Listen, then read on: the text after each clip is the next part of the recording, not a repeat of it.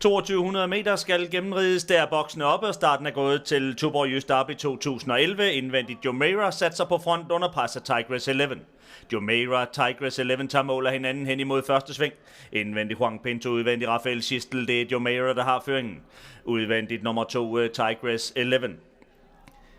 Derefter går mod kanten nummer 7 Modello. Tredje hest altså 7 Modello langs inderbanen.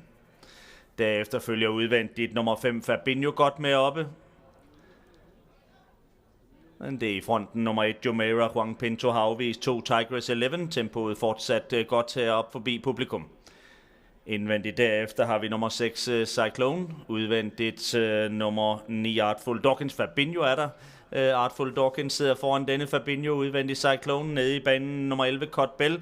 Bag den har vi Disbold Snapper, der sidder sådan lidt ude i banen. Indvendigt for denne ser nummer 10 Whale of Night. Så følger 4 Irish Hawk og sidste hest nummer 3 Mojito. Men i fronten Jumeirah, udvendigt går den tættere frem igen Tigress 11. Indvendigt tredje nummer 7 Modello hænger vældig godt på. 4. plads til 9 Artful Dawkins. I ryg der Fabinho. Udvendigt har vi Cyclone. Men det er fortsat Jumeirah i front. Nummer 1 Jumeirah ned ad sidste langside. Udvendigt 2 Tigress 11. Inden bagved nummer 7 Modello. Udvendigt nummer 5 Fabinho. Så presser den Tigress 11 og vil overtage føringen inden sidste sving. Men det vil nummer 1 Jumeirah altså ikke helt være med til. Den svarer godt op.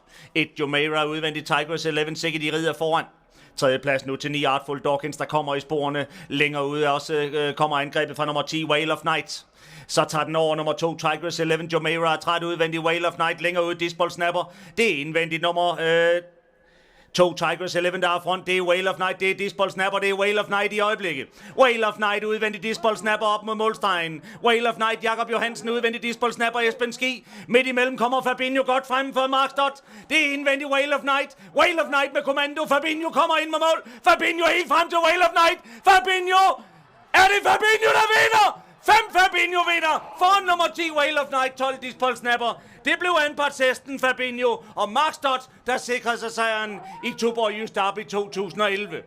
Nummer 10 Whale of Night havde kontrollen heroppe igennem opløbet. Jakob Johansen kiggede sig over venstre skulder, og der kom så Mark Stott, manden der havde vundet de første par afdelinger i V5, og nu kom han frem med Fabinho. Den lavede lige nøjagtigt det samme, som den gjorde i Sallens pokalløb. Den vinder Tuborg Jysk Derby. Den er dansk opdrættet. Den får 176.100 kroner for sejren. Sikke en triumf her for denne dansk opdrættede hest.